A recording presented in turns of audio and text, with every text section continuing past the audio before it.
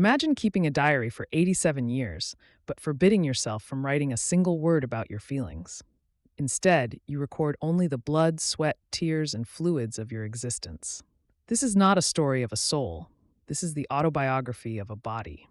Daniel Pennick's Diary of a Body is a literary masterpiece that challenges the very definition of a memoir.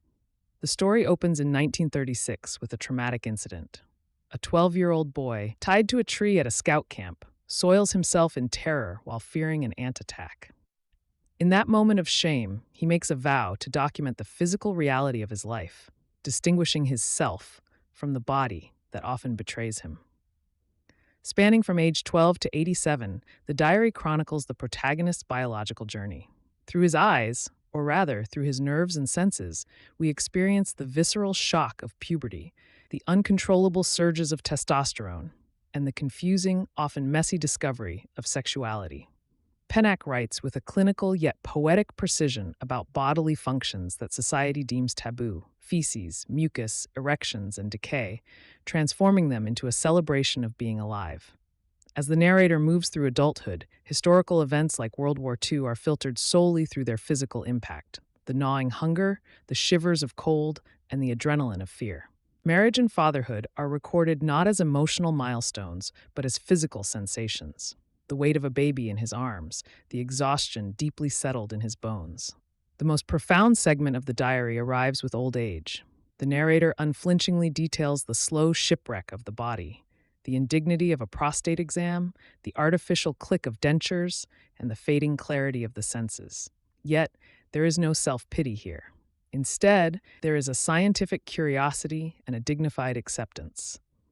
At 87, as his heart slows, he records his final physiological moments, leaving this diary as a post-mortem gift to his daughter, Lyson.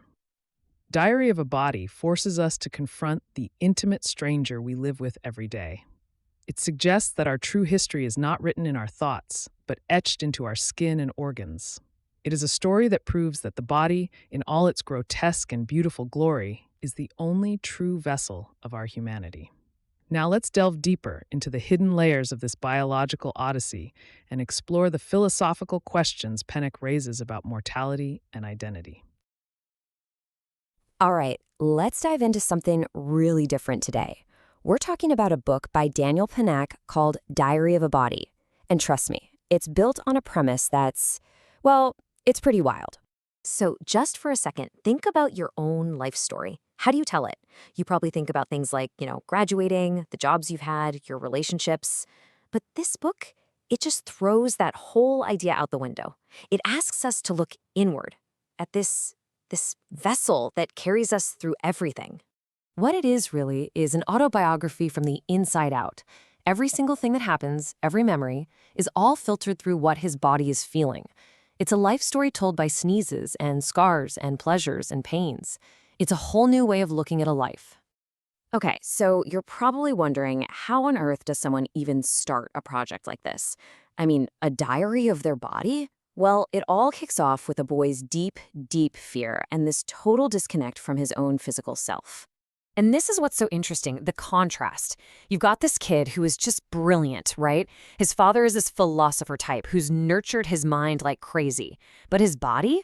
Oh, that was like a foreign country, a scary, uncharted territory that he just ignored. And that fear, it just explodes during this Boy Scout trip. They're playing a game, it goes way too far, and he ends up tied to a tree all alone in the woods. Night starts to fall, and then he sees it. A gigantic anthill, and his mind, which is so disconnected from his body, just starts spiraling. He's imagining being eaten alive, and in that moment of absolute terror, his body just gives out. It betrays him.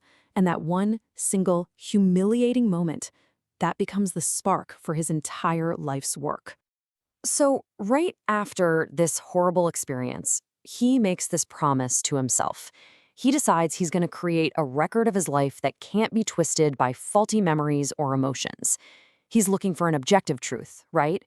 A story told by the body. Because in his mind, the body can't lie. So what does this diary actually end up looking like? Well, let's just say it's about as raw and unfiltered as you could possibly get. Yeah, this diary, it holds nothing back.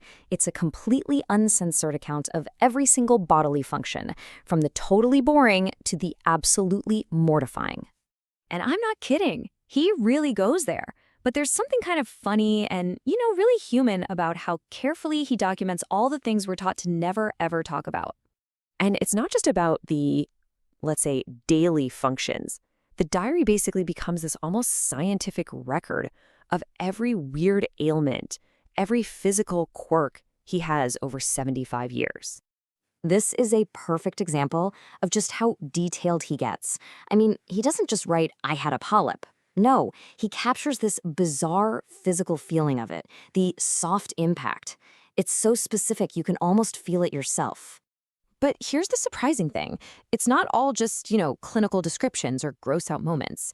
The protagonist actually finds this strange, poetic beauty in his physical life, even when he's dealing with some pretty awful stuff. I mean, listen to this. Meadodermatitis. Isn't that incredible? He gives this miserable, itchy skin condition this almost lovely rural name. He's literally turning his physical experience into literature. It's amazing. Now, as you can imagine, this really intense relationship he has with his diary and with his own body, it doesn't just stay the same. It changes, and it changes dramatically as he goes through the different seasons of his life. So when he's young, it's an obsession. He's documenting everything. But then, life gets in the way. Work, family, all of it. During those busy middle-age years, the diary entries become few and far between. His attention is elsewhere. And it's only when he gets old, when his body starts demanding his attention again with aches and pains, that the diary comes roaring back, but with this totally new, much deeper focus. And that brings us to the end of his life, and maybe the most powerful shift in his thinking. He moves from all that fear and obsession to a kind of peaceful coexistence. This quote, it just says it all, doesn't it? After a whole lifetime of fighting and analyzing and documenting, he doesn't see his body as an enemy anymore. He doesn't even see it as himself. They're just roommates. It's the final peace treaty after a long war between his mind and his body. So he reaches this place of detachment, but it's not a cold thing. It's actually really warm and accepting. It's the ultimate truce, signed at the end of a long, sometimes messy life shared between a mind and its physical home. So, after all that, what are we supposed to take away from this incredibly strange and wonderful story? Why does this unique kind of autobiography even matter? Well, for starters, it's telling a story that every single one of us lives, but almost none of us ever talk about. It completely flips the script on what an autobiography can even be. It suggests that our internal, physical life is just as important to story as all the stuff that happens on the outside. It's funny, it's deep, and it's just this incredibly human look at the messy, simple, and kind of miraculous business of just living in a body for a lifetime. And that really brings us to the final thought I want to leave you with. Remember, the boy in the story started his diary with an entry all about fear. So I'll ask you this. If you were going to start a diary of your body right now, what would that very first entry be about? What feeling, what memory, what fear or joy? What would be the first thing you'd write down?